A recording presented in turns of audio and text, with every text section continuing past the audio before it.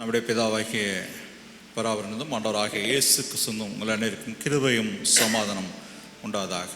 ஆமேன்.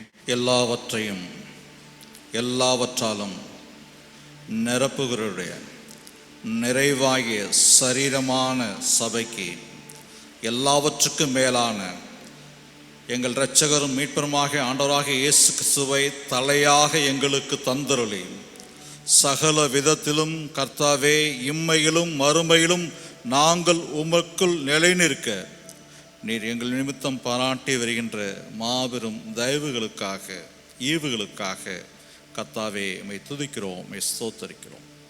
தகப்பனே, ஒவ்வொரு நொடியும் நிமிடமும் நேரங்களிலும் நீர் எங்களோடு கூட இருக்கின்றீர், பராமரித்து வருகின்றீர்.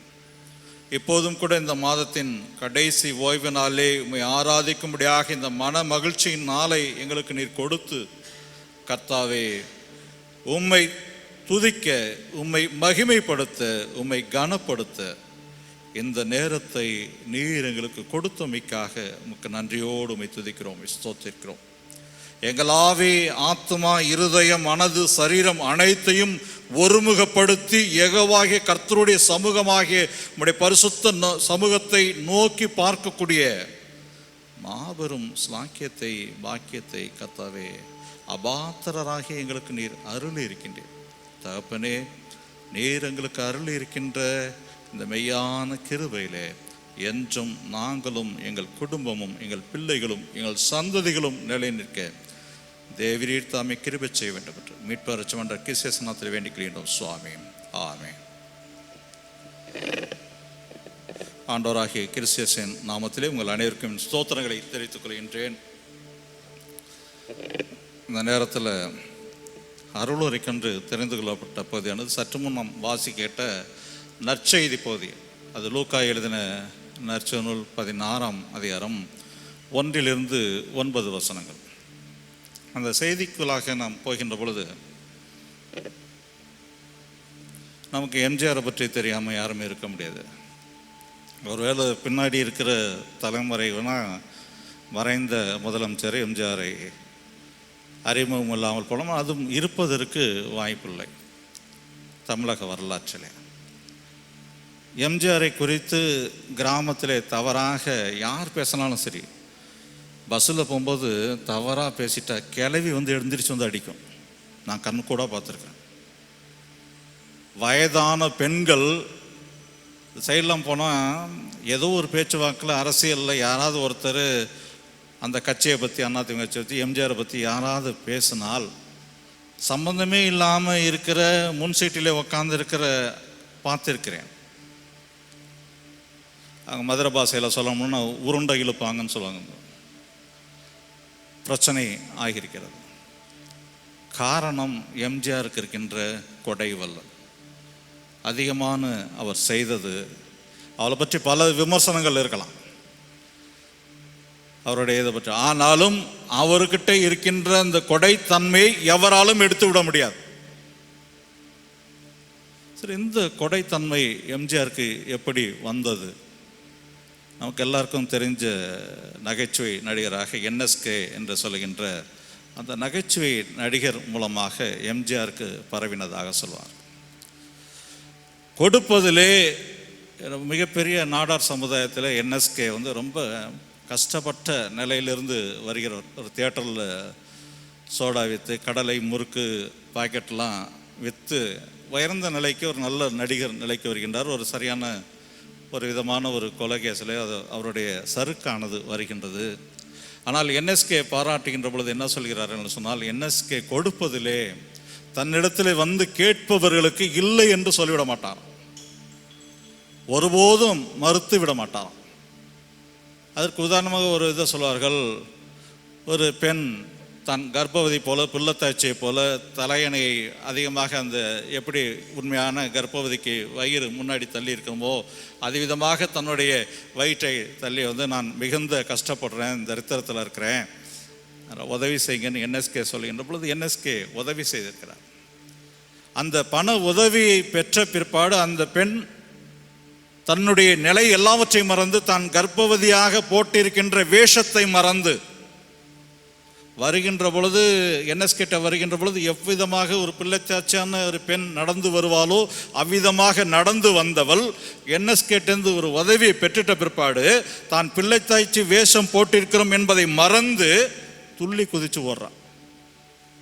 இப்போ பக்கத்தில் இருக்கிறவங்க சொல்கிறாங்க, ஏமாந்துட்டீங்களே, பிள்ளைத்தாச்சி வேஷம் போட்டு உங்ககிட்ட நடிப்பை போட்டு பணத்தை வாங்கிட்டு போனார். அதுக்கு என்ன சொல்கிறான், அவளை நான் அதிகமாக பாராட்டுகிறேன். தன் தரித்திர நிலைமையிலே புத்திசாலித்தனமாக அந்த தரித்திரமானது எப்படி இவரிடத்துல சென்று உதவி கேட்டால் பணம் கிடைக்கும் என்று வந்து என்னிடத்துல வாங்கிட்டு போனால், சும்மா கேட்டால் அவள் சும்மாவே வந்திருந்தா கூட நான் கொடுத்துருப்பேன்.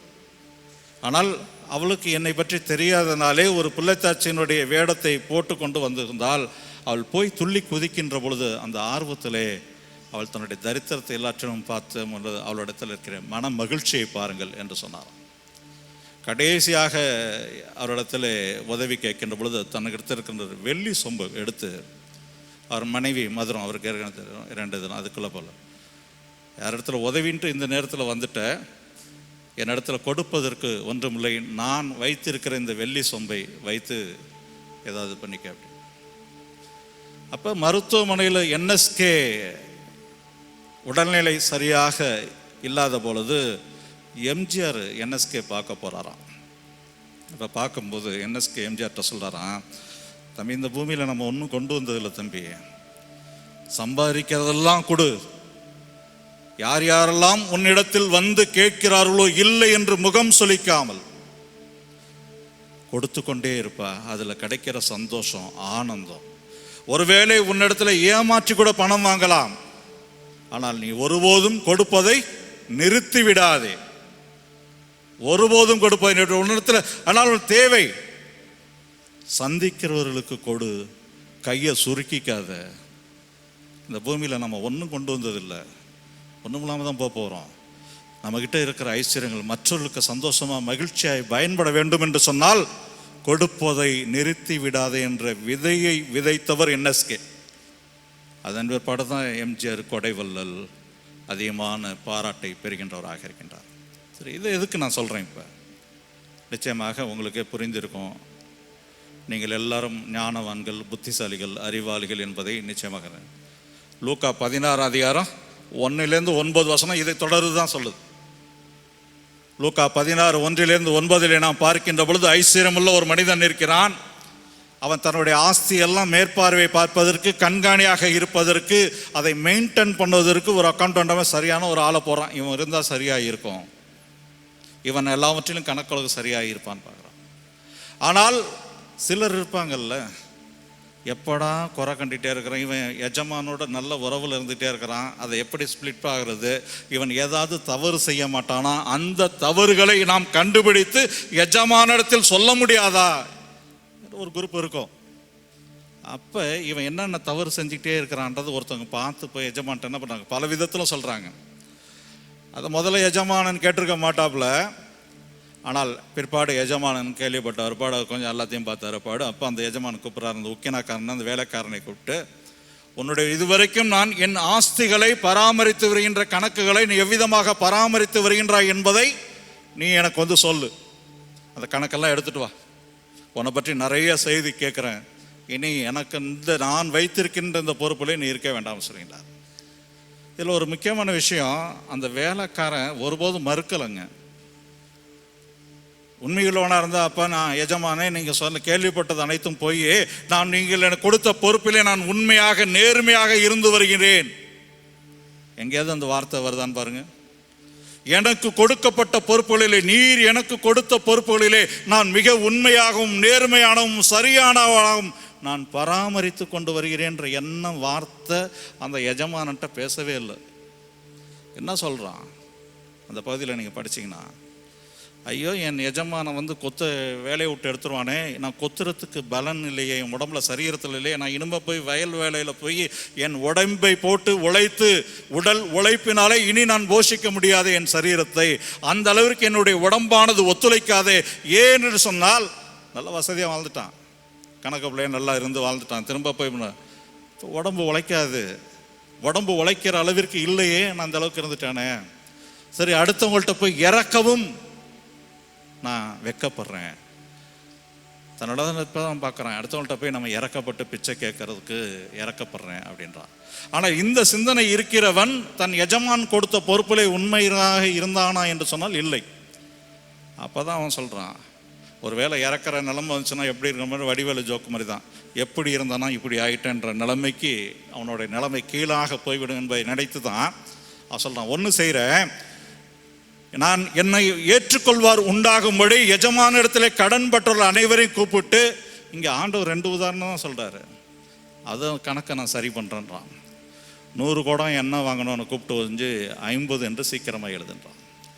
100 காலம் கோதுமையை வாங்கணுன்ட்டு 80 என்று எழுதான். இப்போ ஆண்டவர் லூக்கா 16:8 சொல்கிறாரு, இதை அந்த எஜமானு கேள்விப்பட்டவரோடு தன்னிடத்தில் இருக்கிற இந்த உக்கிரான வேலையிலிருந்து தூக்கி போட போகிறோம் என்று சொல்லப்பட்ட இந்த வேலைக்காரனவன் புத்தியாய் செயல்பட்டான் என்று மெச்சிக்கொள்கிறான் என்று அங்கே ஆண்டவர் சொல்கிறார். ஆனால் சொல்கிறாரு, வெளிச்சத்தின் பிள்ளைகளை பார்க்கலாம் இந்த உலகத்தினுடைய பிள்ளைகள் அதிக ஞானமாக இருக்கா. அதெல்லாம் இல்லை காட்டில. இப்போ 9வது வசனம் தான் மைய வசனம். லூக்கா 16:9 சொல்கிறார், நான் உங்களுக்கு சொல்கிறேன், நீங்கள் மாளும் போது உங்களை நித்திய வீடுகளிலே ஏற்றுக்கொள்வார் உண்டாகும்படி அநீதமான உலக பொருளினாலே உங்களுக்கு சிநேகிதரை சம்பாதிங்க. ரொம்ப அற்புதமான வசனம். பின்னாடி பார்த்தோம்னு சொன்னால் பரிசேயர்லாம் சிரிக்கிறாங்க, ஆண்டவரை சிரிக்கிறார். யெகோவாகிய கர்த்தர் சொல்கின்ற இந்த வசனமானது நம் அனைவருக்கும் பின்வரும் சந்ததிகளுக்கும் முதன்மையானதாக இருக்கிறது, மையமானதாக இருக்கின்றது. இதில் உள்ள ஒரு விசேஷ தன்மை என்ன சொன்னால், யெகோவாகிய கர்த்தர் சொல்கின்ற இந்த உக்கரான கணக்கிலிருந்து எடுத்து விடுகின்றது சொல்கின்ற பொழுது நமக்குள் என்ன இருக்கிற ஒரு ஆழமான சத்தியம் என்று சொன்னால், இந்த முழு உலகத்தையும் சிருஷ்டித்து படைத்த சர்வ வல்லமையுள்ள திரியேக தேவனாகிய யெகோவாகிய கர்த்தர் முழு உலகத்தையும் படைத்ததல்லாமல் நம்மையும் படைத்து நமக்கு சரீரத்தையும் ஆவியையும் ஆத்துமாவையும் ஜீவனையும் கொடுத்து சகல நிலைகளிலும் நம்முடைய தேவைகளை சந்தித்து நன்மைகளினாலும் ஆசீர்வாதங்களினாலும் பராமரித்து வருகின்றார். அனைதினம் நம்ம குறித்து கரிசனையா இருக்கார். நாம் பெறுகின்ற ஆசீர்வாதங்களுக்கு திரியேக தேவனாகிய கர்த்தரை மகிமைப்படுத்தாமல் நம்முடைய சுயத்தை முன்னிறுத்தி செயல்படுகின்ற பொழுது, இப்போ வராருல அந்த உக்கிரான எஜமான் சொல்கிறால, உன் கணக்கை ஒப்புவி, இனி என் உக்கிரானக்காரனாக இருக்கக்கூடாதுன்றது நம்ம பார்த்து வருது ஆண்டவர். என்ன மரணம், உனக்கு நான் சரீரத்தை கொடுத்திருக்கிறேன், சரீரத்திற்குள் ஆவியை கொடுத்திருக்கிறேன், சரீரத்துக்குள் ஆத்மா ஜீவன் எல்லாத்தையும் கொடுத்து உன்னை போஷித்து வருகிறேன். நீ எனக்கு வேற்புடையவனாக என்னை மகிமைப்படுத்தாமல், எனக்குரிய எதையும் நீ கனப்படுத்தாமல் நீ சுயத்தை முன்னிறுத்தி செயல்படுகின்ற பொழுது உனக்கு இந்த பூமியிலேருந்து எடுத்து விடுவேன். அதுதான் அந்த வசனம். நீ இப்போ எனக்கு ஏற்ற ஒரு கனியை நான் படைச்சிக்கிறேன், சிருஷ்டிக்கிறேன்.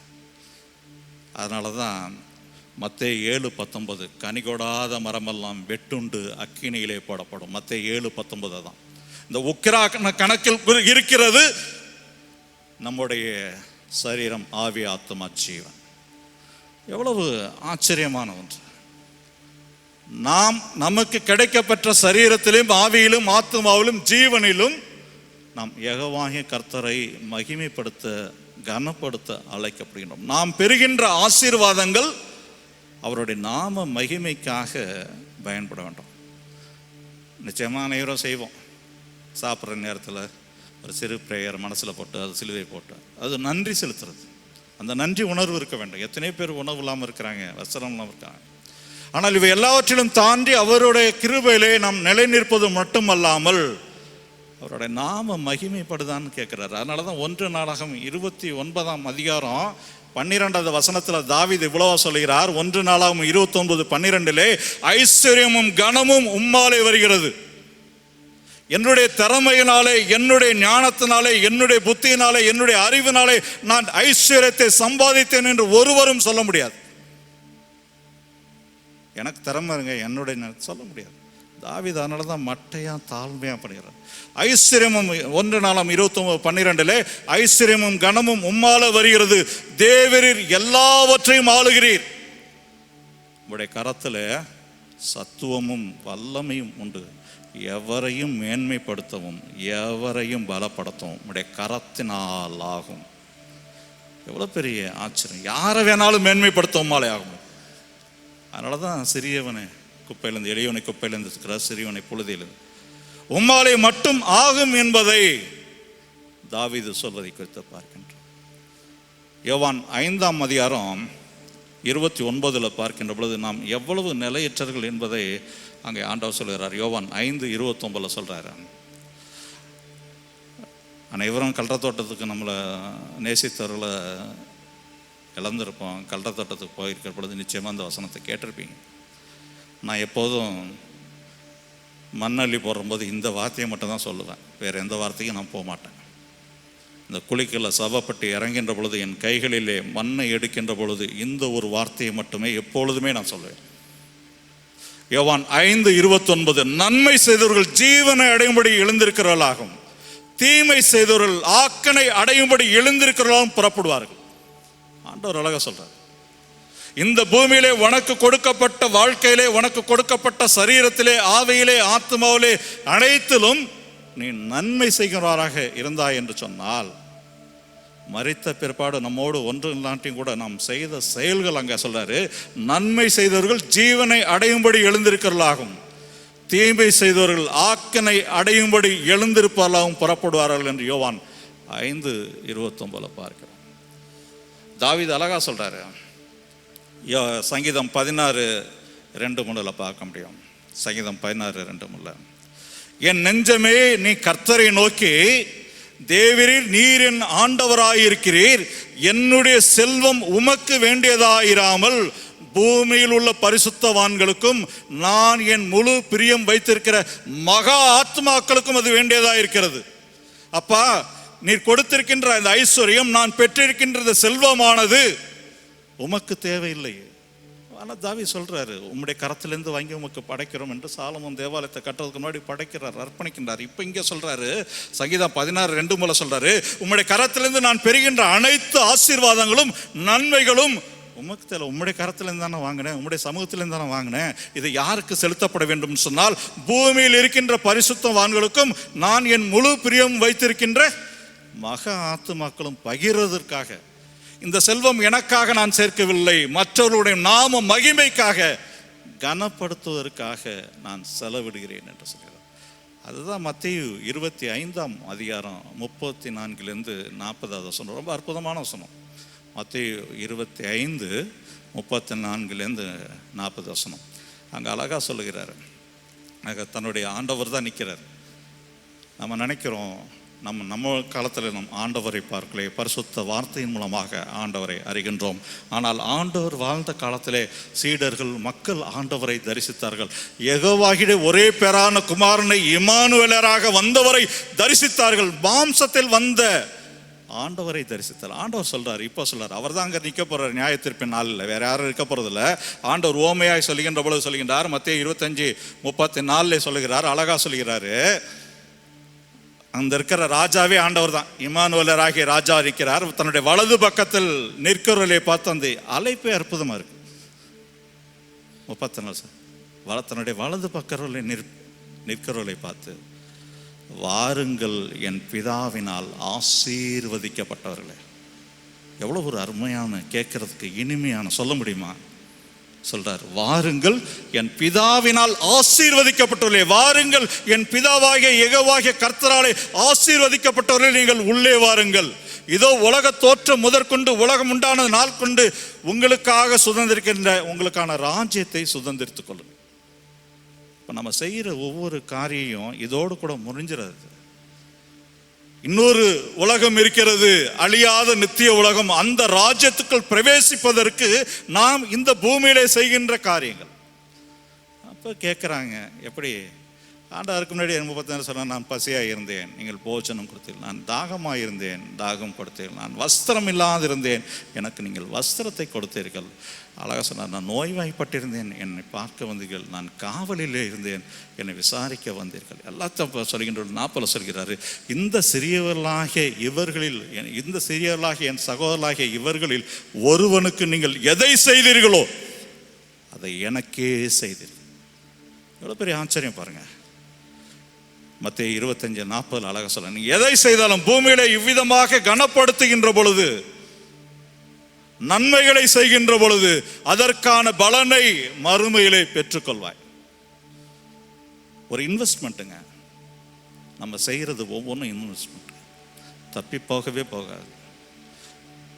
நம்ம நினச்சிக்கலாம் மற்றவங்கள ஒருத்தவங்க நல்லது செய்கிறவங்களா இருப்பாங்க, ஆனால் மற்றது கொடுக்காத அப்படின்னு தடுக்கிறவங்களாம் இருப்பாங்க. ஆனால் கர்த்தர் சொல்கிறார், இந்த சிறியுள்ளாகிய நீங்கள் எதை செய்தாலும். அதனால தான் எபேசியர் 2:10 சொல்லுகிறாரு, எபேசியர் 2:10, நற்கிரியைகளை செய்கிறதுக்கு நாம் தேவனுடைய சிருஷ்டியாக இருக்கிறோம். அவைகளில் நாம் நடக்கும்படி அவர் முன்னதாக அவைகளை நமக்கு ஆயத்தம் பண்ணியிருக்கிறார். நாம் ஒவ்வொருவரும் யெகோவாகிய திரியேக தேவனாகிய கர்த்தருடைய சிருஷ்டியாக இருக்கிறோம். எதற்கு? நன்மை செய்வதற்கு. தீத்து 3:8, இந்த வார்த்தை உண்மையுள்ளது. தீத்து 3:8, இந்த வார்த்தை உண்மையுள்ளது, தேவனிடத்தில் விசுவாசமானவர்கள் நற்கிரியைகளை செய்கிறதற்கு ஜாக்கிரதையாய் இருக்கும்படி நீ இவர்களை திட்டமாய் போதிக்க வேண்டும் என்று விரும்புகிறேன். உன்னுடைய போதனை என்னவாக இருக்க வேண்டும் என்று சொன்னால், கர்த்தருடைய ஊழியக்காரனே, நீ ஜனங்களுக்கு சொல்ல வேண்டியது என்னவென்று சொன்னால், நீ தேவனிடத்தில் விசுவாசமாய் இருப்பது மட்டுமல்ல, அந்த விசுவாசத்தோடு கூட நற்கிரியைகள் காணப்பட வேண்டும். இதை குறித்து மட்டுமே நீ போதனை பண்ணு. இவைகளின் நன்மையும் மனுஷருக்கு புரோஜனமா இருக்கிறது. தீத்து 3:8 சொல்ற. கிறிஸ்துக்குள் பிரியமானவர்களே, சங்கீதம் 112:9 சொல்கிறது, வாரி இறைத்தான், ஏழைகளுக்கு கொடுத்தான், அவனுடைய நீதி என்றென்றைக்கும் நிற்கும், அவன் கொம்பு மகிமையாய் உயர்த்தப்படும் என்று சொல்றார். எவ்வளவு பெரிய ஆச்சரியம் பாருங்க. கலாத்தியர் 6:6 சொல்றாரு, திருவசனத்தில் உபதேசிக்கிறவனுக்கு சகல நன்மைகளிலும் பகிர்ந்து கொடுக்க கடவன். கலாத்தியர் 6:6 சொல்றாரு. நமக்கு அனைத்தரும் தெரிஞ்ச வசனம் தான். கலாத்தியர் 6:9 சொல்றாரு, நன்மை செய்கிறதில் சோர்ந்து போகாமல் இருப்பான், நாம் தளராது இருந்தால் ஏற்ற காலத்தில் அறுவடை செய்வோம் என்று சொல்கிறார்.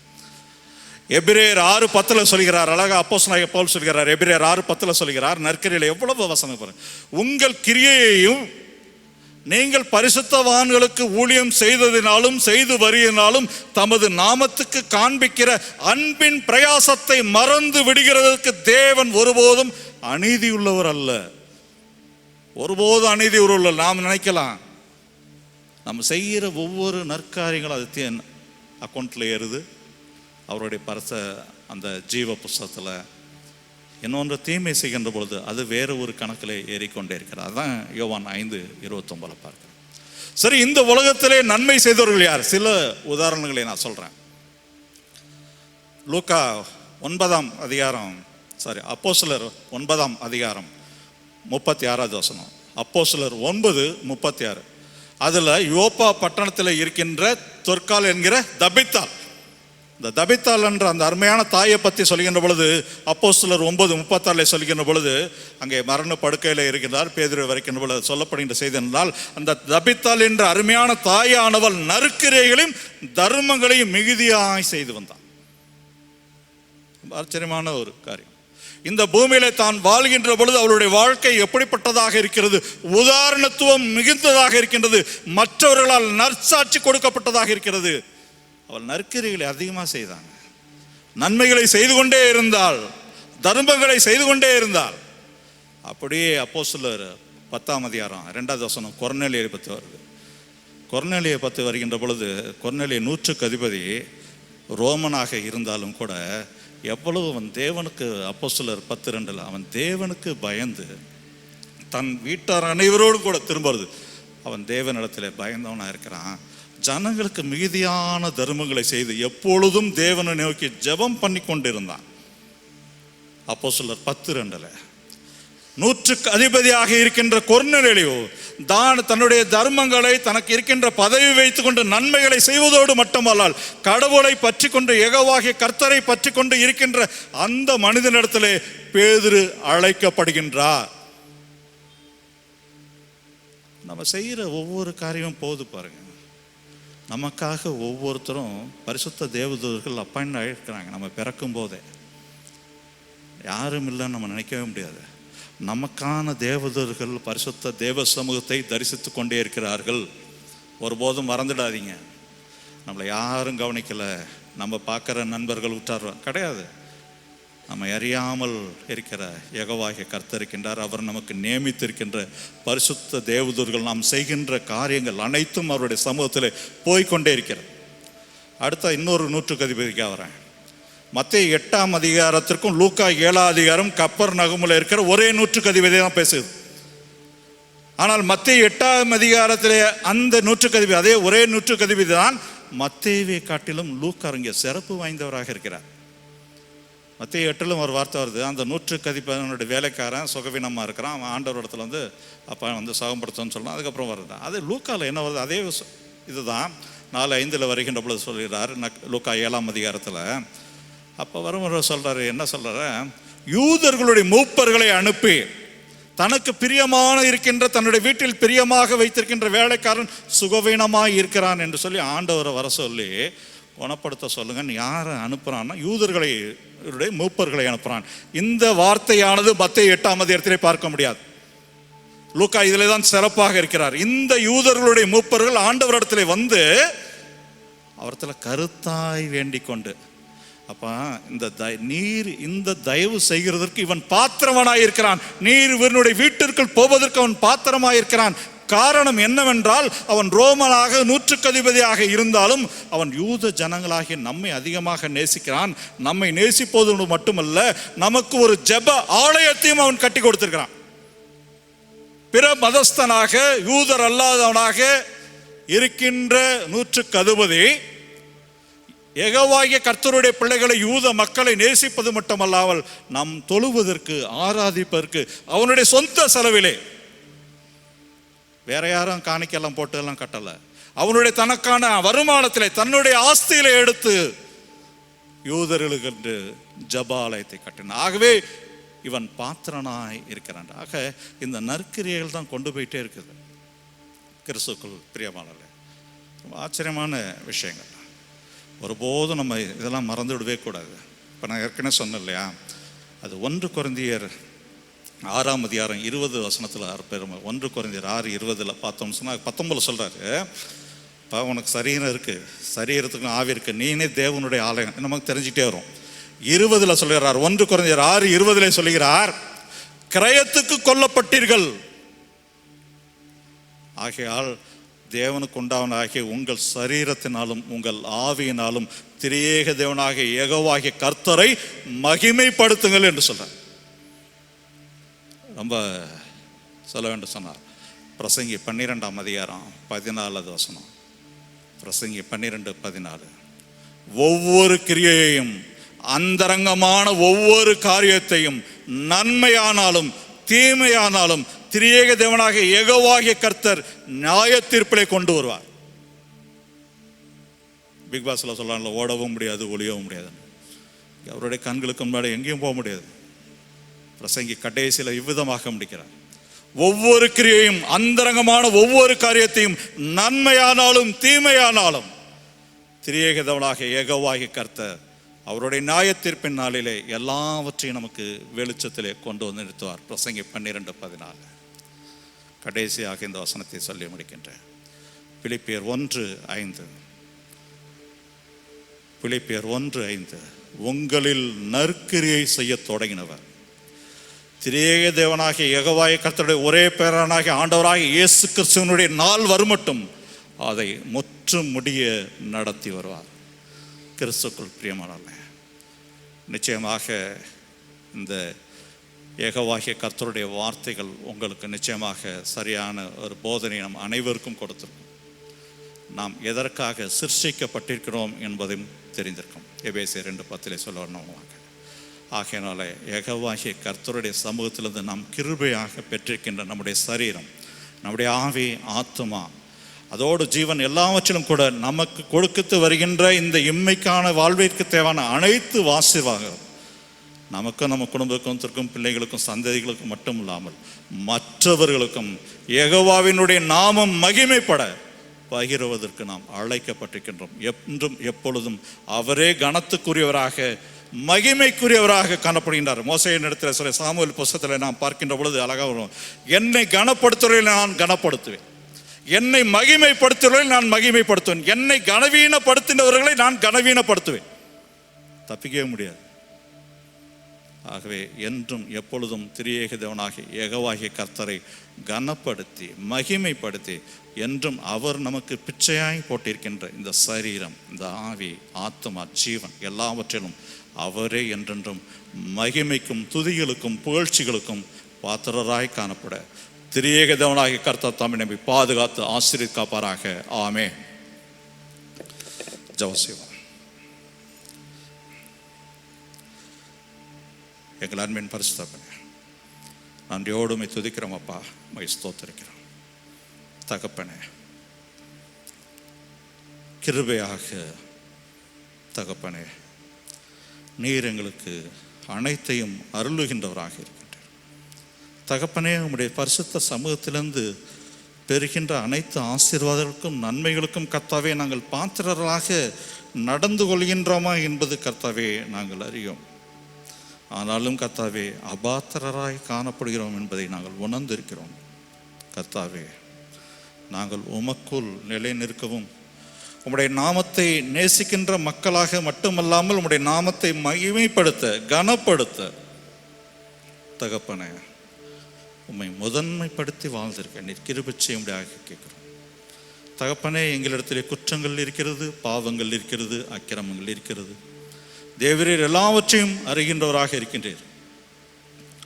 இம்மட்டும் நாங்கள் நிர்மூலமாகாது இருப்பது உம்முடைய பரிசுத்தமான கிருபை, உம்முடைய இரக்கங்களினாலே நாங்கள் நிலை நிற்கிறோம் என்பதை அறிந்து கர்த்தாவே உம்மை துதிக்கிறோம், உம்மை ஸ்தோத்திரிக்கிறோம் அப்பா. தகப்பனே, தொடர்ந்து என்றும் எப்பொழுதும் உம்முடைய பிள்ளைகளாக, உம்முடைய மக்களாக, உம்முடைய செட்டைகளின் மறைவிலே நாங்கள் வாழ்ந்திருக்க நீர் கிருபை செய்யும்படியாக கேட்கிறோம்.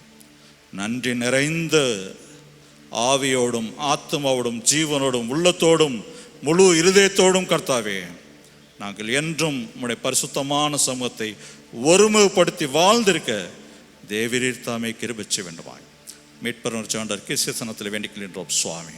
ஆமென். நம்முடைய ஆண்டவராகிய இயேசு கிறிஸ்துவின் கிருபையும் கடவுளின் அன்பும் பரிசுத்தாவின் ஐக்கியமும் இன்றும் சதா காலங்கள் நம்மோடு கூட இருப்பாக. ஆமென்.